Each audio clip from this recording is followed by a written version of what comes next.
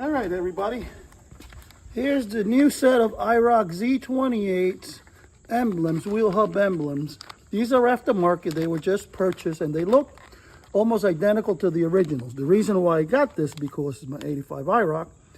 This is the original, brand new, back then, and it lost it, the IROC Z emblem. And these are the original ones that the car had back in 1985. And look how identical these are to these, almost exactly the same. If anything, the silver on this is probably a slight shinier than this here, but that is the difference.